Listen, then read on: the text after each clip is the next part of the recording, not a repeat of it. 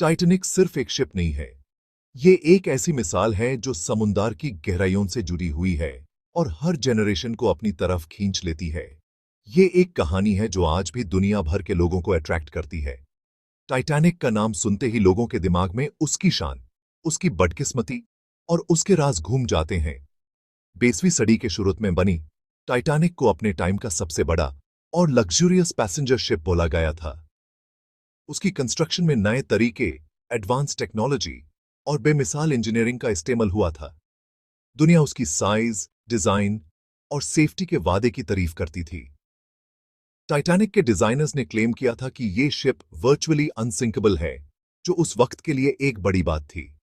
बहुत लोगों ने सोचा था कि ये कभी डूब नहीं सकती, एक ऐसी शिप जो सालों तक समुद्र पे राज करेगी। लोग टाइटैनिक को देखकर हैरान हो जाते थे। उसकी ग्रैंडर सबको इंप्रेस करती थी। टाइटैनिक की शोहरत सिर्फ उसकी साइज की वजह से नहीं थी। उसकी हर एक डिटेल, हर एक कमरा और हर एक सुविधा उस जमाने के सपनों को दिखाता था। ये इंसानी प्रोग्रेस, टेक्नोलॉजी और सपनों का सिंबल बन गई थी। टाइटैनिक पर सफर करना एक स्टेटस सिंबल था, एक सपने जैसा अनुभव। अलग अलग बैकग्राउंड के लोग उसकी पहली जर्नी पे जाना चाहते थे। हर किसी के पास अपनी कहानी थी, अपनी उम्मीदें थी। अमीर बिजनेस पर्सन, गरीब मजदूर और फैमिलीज सब नए शुरुआत का सपना देख रहे थे, खासकर जो अमेरिका जा रहे थे। टाइटैनिक उनके लिए एक नई जिंदगी की तरफ पहला कदम थी। पर उसकी मेडन वॉयज पे टाइटैनिक को एक भयंकर हादसा हुआ। एक ऐसी रात थी जो हमेशा के लिए इतिहास में लिखी गई। शिप एक आइसबर्ग से टकरा गई और ठंडे अटलांटिक ओशन में डूब गई। कुछ ही घंटों में टाइटैनिक समुद्र की गहराइयों में चली गई। ये अचानक वाली ट्रेजेडी ने पूरी दुनिया को हिला दिया। लोगों ने सोचा भी नहीं था कि इतनी बड़ी और मजबूत शिप एक पल में खत्म हो सकती है। लंदन से न्यूयॉर्क तक अखबारों में टाइटैनिक के डूबने की हेडलाइंस थी। हर जगह टाइटैनिक की कहानी चर्चित हो गई थी। टाइटैनिक की कहानी को मिस्टीरियस बनाने वाली बात सिर्फ एक्सीडेंट नहीं थी, बल्कि उसके बाद आई कहानियां, मिथ्स और सबक भी थे। लोगों ने टाइटैनिक के बारे में अनेक कहानियां बनाई, कुछ सच, कुछ काल्पनिक। ये शिप उम्मीद, ट्रेजेडी और इंसानी गलती का सिंबल बन गई, इसलिए उसकी कहानी भूलना मुश्किल है। टाइटैनिक हमेशा याद रहेगी, एक ऐसी याद जो समुद्र की लहरों के साथ जीती है। टाइटैनिक एक ऐसे दौर में डिजाइन हुई थी जब शिपिंग कंपनीज के बीच जबरदस्त कंपटीशन चल रहा था। हर कंपनी चाहती थी कि उनकी शिप सबसे बड़ी, सबसे तेज और सबसे ज्यादा लग्जरियस हो, ताकि ज्यादा से ज्यादा पैसेंजर्स अट्रैक्ट किए जा सकें। इस रेस में हर कंपनी अपनी टेक्नोलॉजी और डिजाइन को बेहतर बनाने में लगी हुई थी। व्हाइट स्टार लाइन ने अपने राइवल्स, जैसे कि कुनार्ड लाइन, को हराने के लिए एक रेवोल्यूशनरी प्लान बनाया, दुनिया की सबसे बड़ी और लग्जरियस शिप बनाना। उनका मकसद सिर्फ एक शिप बनाना नहीं था, बल्कि एक ऐसी नई पहचान बनाना था जो उनको शिपिंग इंडस्ट्री का लीडर बना दे। उस वक्त यूरोप से अमेरिका जाने का सिर्फ एक ही तरीका था, सी ट्रैवल। हर साल लाखों लोग नए सपने लेकर यूरोप से अमेरिका जाते थे और शिप्स उनके लिए एक लाइफलाइन थी। स्पीड, कंफर्ट और सेफ्टी पे सब शिपिंग कंपनीज का फोकस था। पैसेंजर्स चाहते थे कि उनका सफर सिर्फ तेजी से नहीं, बल्कि आराम और सुरक्षा के साथ हो। टाइटैनिक का कंस्ट्रक्शन 1909 में Harland and Wolff shipyard, Belfast, Ireland में शुरू हुआ। यह शिपयार्ड उस जमाने का सबसे एडवांस्ड और बड़ा शिपयार्ड था। हजारों वर्कर्स दिन रात काम कर रहे थे ताकि टाइटैनिक अपने वक्त की सबसे इंप्रेसिव शिप बन सके।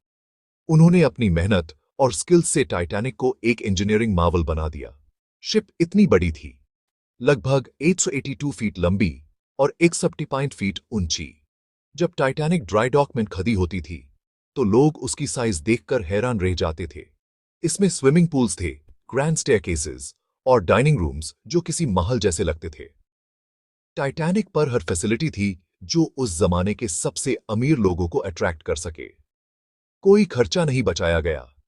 टाइटैनिक को एक फ्लोटिंग सिटी बनाने में हर एक डिटेल पर ध्यान दिया गया था, ताकि हर पैसेंजर को एक रॉयल एक्सपीरियंस मिले। इंजीनियर्स ने लेटेस्ट टेक्नोलॉजी यूज की थी, जैसे पावरफुल स्टीम इंजन्स और एडवांस्ड नेविगेशन सिस्टम्स, जो टाइटैनिक को अपने टाइम की सबसे मॉडर्न शिप बनाते थे। टाइटैनिक में वाटर टाइट कंपार्टमेंट्स और ऑटोमेटेड डोर्स थे, जो शिप को ज्यादा सेफ बनाते थे।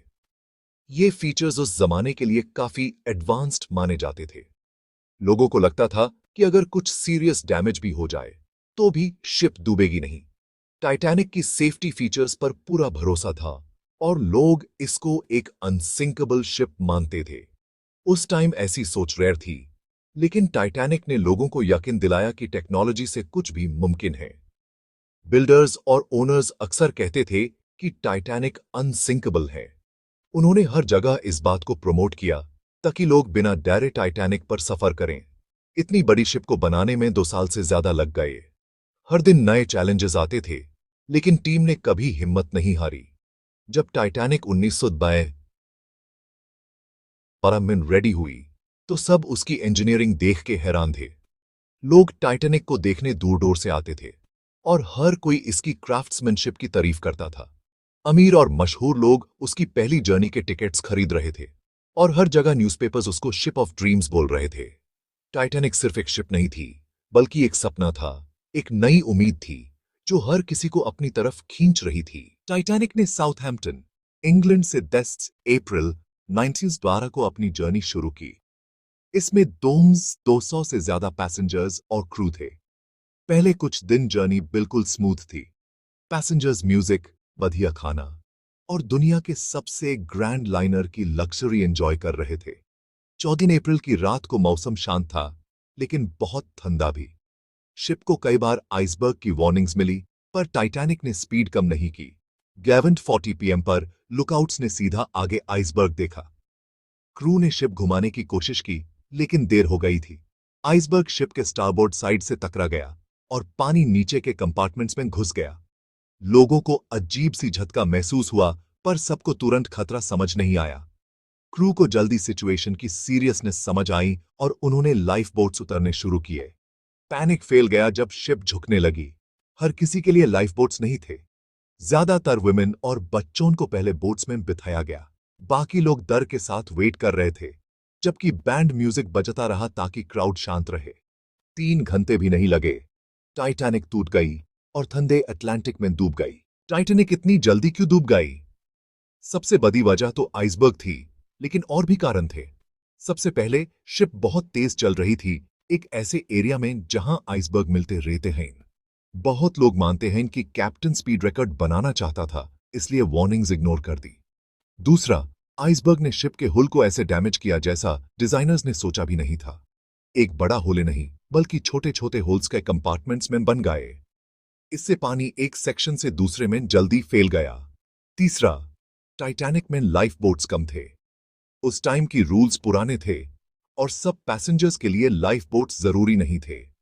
कंपनी ने लग्जरी के चक्कर में डेक को खुला रखने के लिए कम बोट्स लगाई।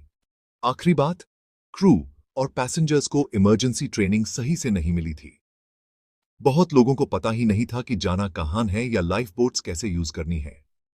इन सब रीजंस की वजह से डिजास्टर और भी खतरनाक हो गया। देखो, टाइटैनिक को लेके कितनी सारी मिथ्स हैं। जब भी टाइटैनिक का नाम आता है, लोगों के दिमाग में तुरंत कुछ अजीबोगरीब कहानियां आ जाती हैं, जैसे कि टाइटैनिक सिर्फ एक शिप नहीं, बल्कि एक बदकिस्मत किस्मत का हिस्सा थी। कुछ लोग मानते थे कि शिप पे कोई श्राप था या शुरू से ही उसका नसीब खराब था।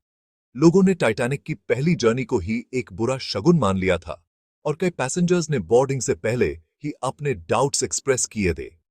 कुछ कहते हैं कैप्टन ने वार्निंग्स इग्नोर की बस अपनी शान के लिए। कैप्टन एडवर्ड स्मिथ पर यह भी इल्जाम लगा कि उन्होंने आइसबर्ग के वार्निंग्स को लाइटली लिया, क्योंकि टाइटैनिक की स्पीड और उसकी रेप्यूटेशन उनके लिए ज्यादा इंपॉर्टेंट थी। और फिर मिस्टीरियस पैसेंजर्स और खोई हुई दौलत की भी कहानियां हैं।